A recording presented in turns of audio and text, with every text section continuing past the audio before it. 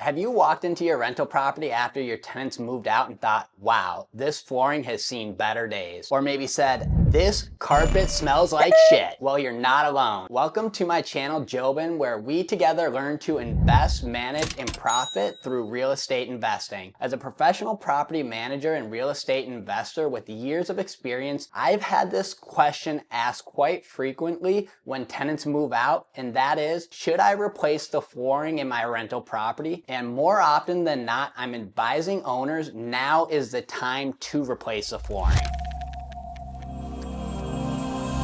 Most rental owners don't realize this, but the different flooring types have very different life expectancies, especially in rental properties. And trust me, rental traffic is not your typical normal wear and tear. We're talking about dogs, kids, spilled wine, and the we swear we don't smoke in here tenants. Here's a quick rundown of the life expectancies of different types of flooring. Your carpet is 5 to 7 years. In high traffic units or with pets, you might be replacing it every 3 years. It stains easily, holds odor, and gets matted down fast. And it can typically look like this pretty quick. Then you have your laminate. This is between 10 and 15 years, but the cheap stuff bubbles or chips with moisture. It can still be a good, decent middle ground option for you. Then you have your LVP or luxury vinyl planks. 10 to 20 years, waterproof, scratch resistant, and looks like hardwood. My big favorite for rental properties. Then of course you have your classic hardwood floors, 20 plus years if maintained.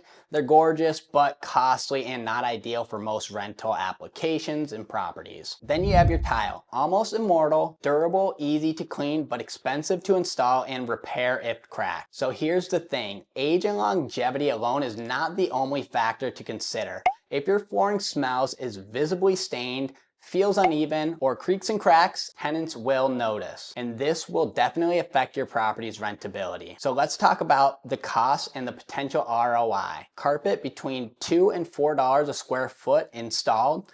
LVP between $3 and $6 per square foot installed, tile $5 to $10 plus per square foot, and yes, it's a cost but comparable to a unit sitting vacant for 30 days at $1,500 a month. I think it's easy to make the determination. All of which reduce turnover time and the time on market. Now let's talk about the numbers. Will new floorings boost the rental rate? The short answer is sometimes. But what it most always does is improve the property's rentability. For example, my tenants recently moved out of my property here, which is built in 1955 and had original hardwood floors.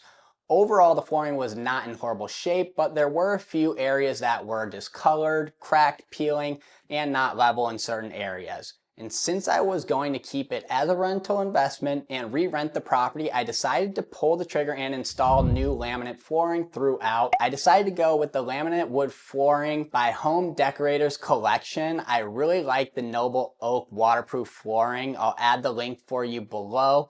You can take a look at it here. When the property was ready to relist on market, I decided to list the property slightly higher due to spending a good amount of money on the property updates and turns, which is almost always never a good idea. But long story short, after decreasing the property a few times, I was able to secure quality tenants overall. I roughly spent $2,500 on the flooring itself and another $2,500 on the installation. And replacing the flooring did not add much to increase the rental rate, but it did do so in making sure that the home was much more desirable for prospective renters. When you replace the flooring, it signals that your property is clean, well-maintained, and worth the asking price. It helps you attract better tenants, rent the unit faster, and reduce complaints and turnover. If you are on the fence about replacing or not replacing, here's how to make that decision simple for yourself. Is the current flooring over 7 to 10 years old? Are there visible stains, odors, or damage? Do the tenants complain about it? Is the property sitting longer on the rental market? If you answered yes to 2 or more of these, it's probably time to replace the flooring. But don't just replace it on a whim. The best time to replace the flooring is during the natural tenant turnover. That way you're not losing rent while renovating, and you don't have to work around other people's schedule and furniture, and it just makes it much more easier for you. Go neutral and durable. Wood look LVP, nothing too trendy, something that's gonna last over time. It's about mass appeal and please avoid carpet. It will always get ruined in a rental property. So should you replace the flooring in your rental property? If it's outdated, damaged, smelly, or costing you tenants, yes. It might hurt the bank right away, but it will lead to fewer headaches, faster leasing, and happier tenants in the long run. I'd love to hear your thoughts, and if you have any recommendations on flooring you've used for your rental properties, comment below. I'd love to know what others are using. Don't forget to hit that like button and subscribe to the channel here at Jobin, where we together learn to invest, manage, and profit through real estate investing. Until next time, cheers.